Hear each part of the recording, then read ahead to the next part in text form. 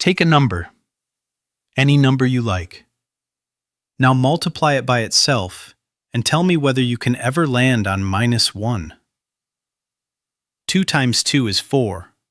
-2 times -2 is also 4. A half times a half is a quarter. Everything comes out positive or it comes out 0, and nothing ever comes out negative. So one of two things is true. Either nobody has been clever enough yet, or something is quietly stopping us. Today we find out which, and then we do something about it. Here's the whole plan so you always know where you are.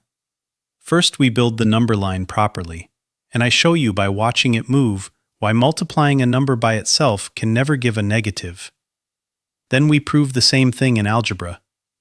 Then I tell you the 16th century story that made it impossible for anyone to just walk away from that proof. We build a new kind of number out of pairs of ordinary ones, and the strange rule for multiplying them turns out to be a rotation. We finish the 16th century calculation ourselves, and at the very end, we find out what all of it cost, because it did cost something. Start with a thing everything else sits on. Draw a straight line, put a mark on it, and call that mark 0. Then put another mark to the right and call it 1. That single choice fixes everything else. 2 is the same step again. -1 is the same step backwards. And every fraction and numbers like the square root of 2 and pi, which are not fractions at all, each has exactly one home on that line. The whole collection is called the real numbers, and the line is called the real line. That word real is an accident of history, by the way. Nobody needed to call these numbers real until somebody invented other numbers and called those imaginary, and then the old ones needed a name to be contrasted with. We are about to be that somebody. Now watch what multiplying a number by itself actually does to that line.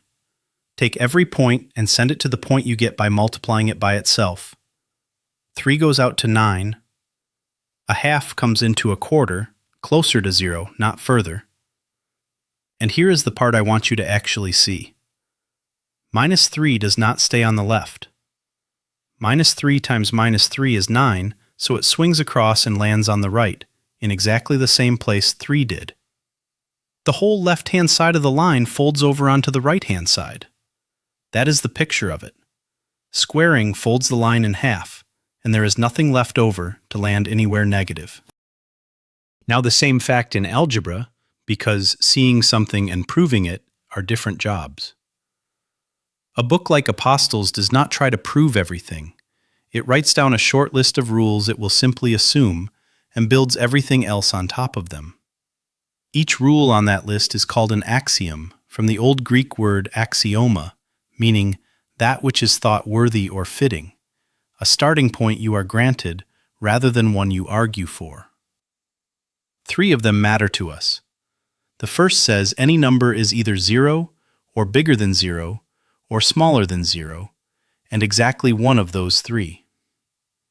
The second says you may add the same thing to both sides of an inequality. The third says a positive times a positive is positive. Those 3, plus the ordinary rules of arithmetic you already use without thinking, are all this is going to take.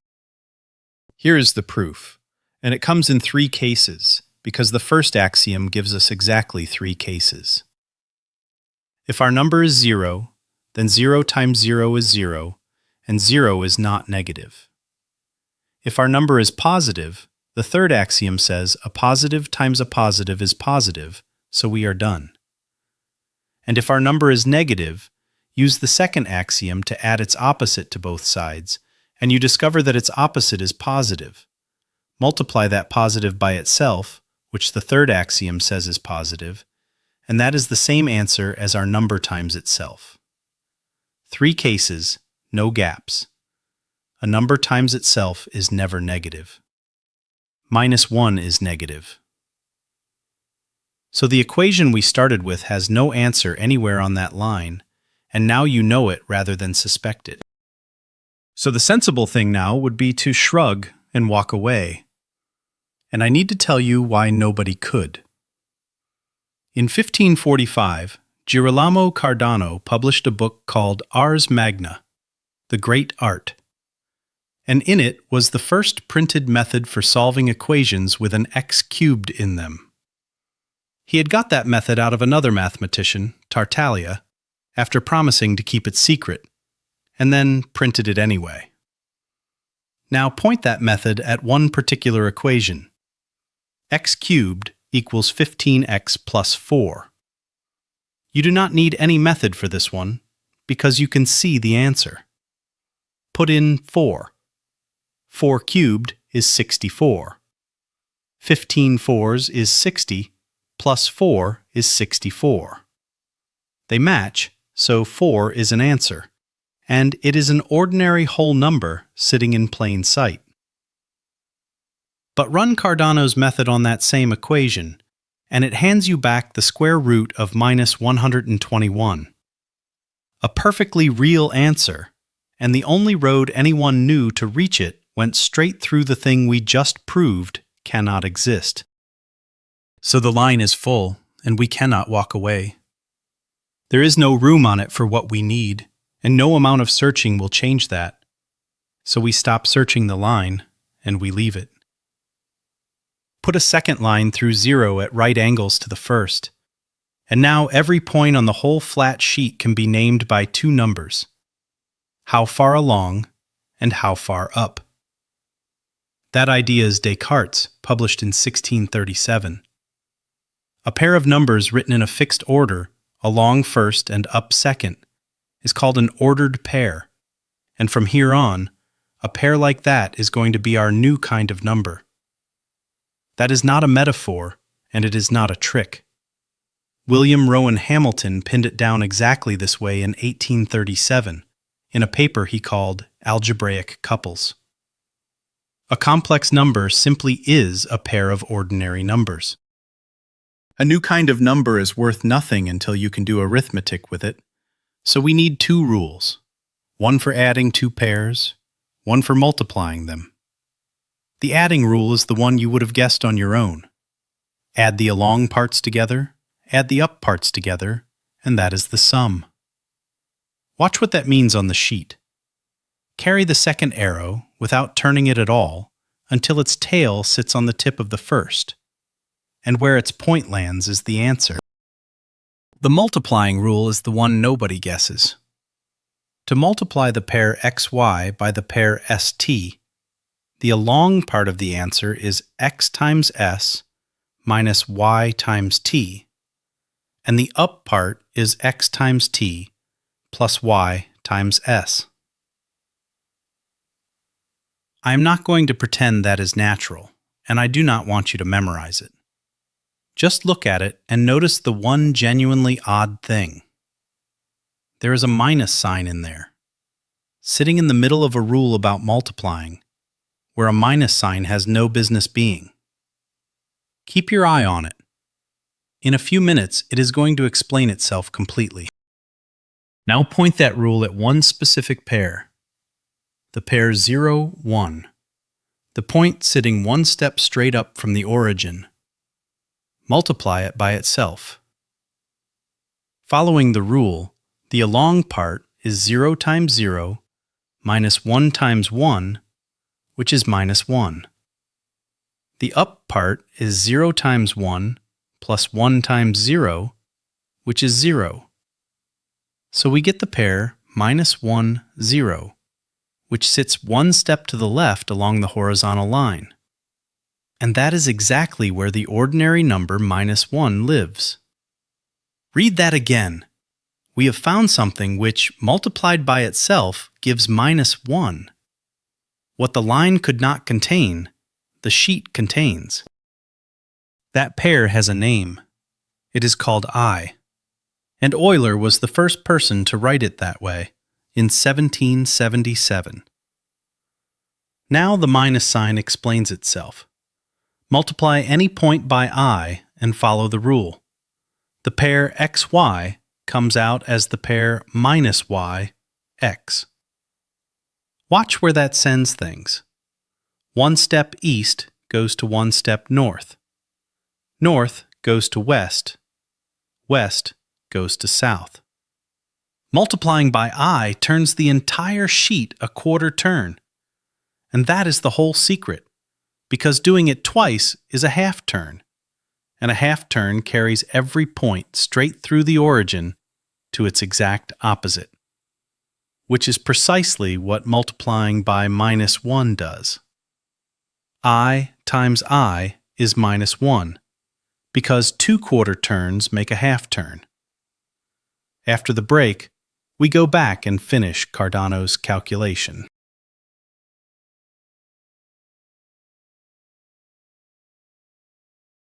Once you have I, you can stop writing pairs altogether.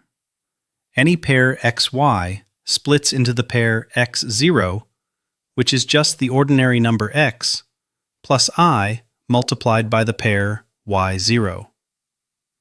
Do that multiplication with the rule, and you get the pair 0y. Add them, and you are back where you started. So every one of these numbers can be written as x plus iy, and the two pieces have names. X is the real part, y is the imaginary part. That word imaginary is Descartes from 1637, and he was not paying anybody a compliment. Here is his actual sentence. The true roots and the false ones are not always real, but sometimes only imaginary, meaning you can always imagine as many as the equation calls for. Imagine, not find. And look at what else is in that same sentence, because this is where the other name came from. To talk about the ones he was dismissing, he needed a word for the ordinary ones, and the word he reached for was real. Both names were born in the same breath in 1637, and only one of them was meant as a compliment. Electrical engineers, by the way, write J instead of I, because they had already spent the letter I on electric current. The sheet has a name too. The horizontal line is the real axis, the vertical one is the imaginary axis, and the sheet as a whole is the complex plane. This exact picture was found 3 separate times. Caspar Wessel presented it in 1797, Argand found it independently in 1806, and Gauss published his own version in 1831, which is why it is Gauss's name that usually gets attached to it. It was also Gauss who stuck us with the word complex, which Apostel in the textbook calls a somewhat unfortunate choice, and I agree with him. Complex here does not mean complicated. It comes from a Latin word meaning woven together, from a verb that meant to braid or to twine. And that is exactly what these are. 2 ordinary numbers braided into one object. Now that we write these as x plus iy, multiplying 2 of them stops needing that rule at all. Multiplying out 2 brackets means every term in the first bracket meets every term in the second, and you add up the 4 results. That is the distributive rule, the same one you already use on ordinary numbers. Do that, and the only new fact you ever need is that I times I is -1. Let me do one completely. 2 plus 3i times 4 plus 5i. 2 times 4 is 8. 2 times 5i is 10i. 3i times 4 is 12i. And 3i times 5i is 15 lots of I times I, which is 15 lots of -1. So it is -15. Now collect. 8 take away 15 is -7, and 10i plus 12i is 22i. The answer is -7 plus 22i. 2 more things you can do to a single one of these numbers, and both are easier than they sound. The first is the conjugate. Take x plus iy and flip the sign of the imaginary part, giving x minus iy. On the plane that is the gentlest thing in this video, The point simply drops to its mirror image across the horizontal axis, the same distance below as it was above. The word comes from a Latin verb meaning to yoke together, from their word for the yoke that joins two oxen. That is what these two are, a pair that always travels together. It also gives a clean test.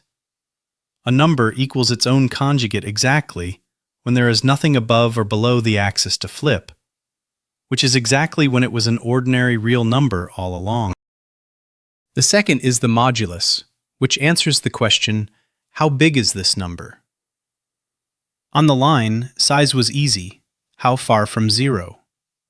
On the plane, it is the same idea, measured properly. Draw the two legs from the point down to the axes, and you have a right-angled triangle, and the direct distance from the origin to the point is its long side. Pythagoras tells us the long side squared is the sum of the two shorter sides squared, so the distance is the square root of x squared plus y squared. That is the modulus, and the name is simply the Latin for a small measure, a little diminutive of their word for measure. We write it with the same two upright bars used for size on the ordinary number line, and for a good reason. For a number sitting on the horizontal axis, it gives back exactly the old answer. Now put the conjugate and the modulus side by side, because they fit together better than you would expect. Multiply x plus iy by its own conjugate, x minus iy. Multiply out the four terms, and the two middle ones are equal and opposite, so they cancel completely. The last term has I times I in it, which is minus 1, and a minus times a minus leaves you adding. What survives is x squared plus y squared, with no I anywhere. That is exactly the modulus squared. A number times its own conjugate is always an ordinary, non-negative number, and it is the size of that number squared. And the sizes behave elsewhere too. Take the two numbers we multiplied a moment ago, and the size of their answer is exactly their two sizes multiplied together. After the break, we divide.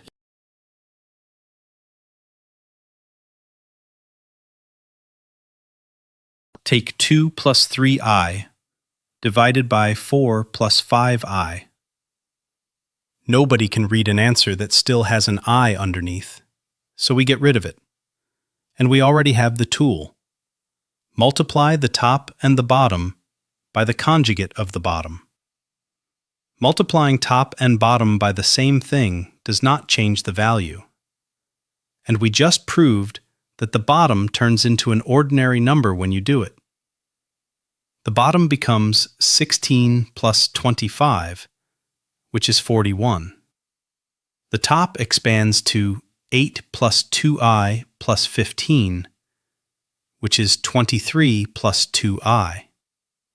So the answer is 23 over 41 plus 2 over 41 times I. And there is no I left underneath at all. Now we go back and collect what Cardano left on the table. He was stuck with the square root of minus 121, and we can now say what that is. 11i, because 11i multiplied by itself is 121 times I, which is minus 121. So his answer was the cube root of 2 plus 11i added to the cube root of 2 minus 11i. In 1572, Raphael Bombelli guessed that those two cube roots might themselves be a conjugate pair, and he was right. Take 2 plus I and cube it. Squaring it gives 3 plus 4i. Multiply that by 2 plus I again, and you get 2 plus 11i. So the cube root of 2 plus 11i is 2 plus I, its conjugate. 2 minus I cubes to 2 minus 11i. And Cardano's answer is 2 plus I added to 2 minus I. The I parts cancel each other exactly. 4. The answer we could see all along. Bombelli himself wrote that at first the whole thing seemed to him more sophistic than true, but that he searched hard and found the demonstration.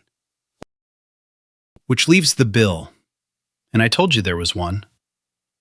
Think about what less than actually meant on the line. It meant to the left of.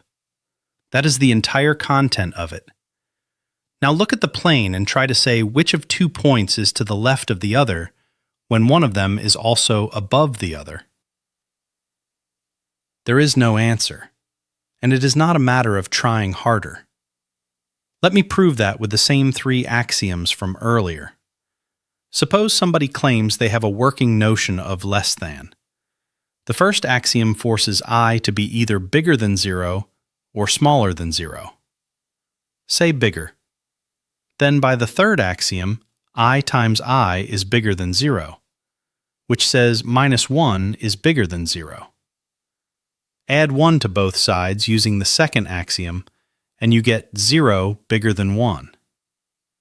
But take that same statement, -1 is bigger than 0, and apply the third axiom to it. -1 times -1 is bigger than 0, so 1 is bigger than 0. 0 beats 1, and 1 beats 0. And the first axiom says only one of those can ever hold. Their notion of less than destroys itself.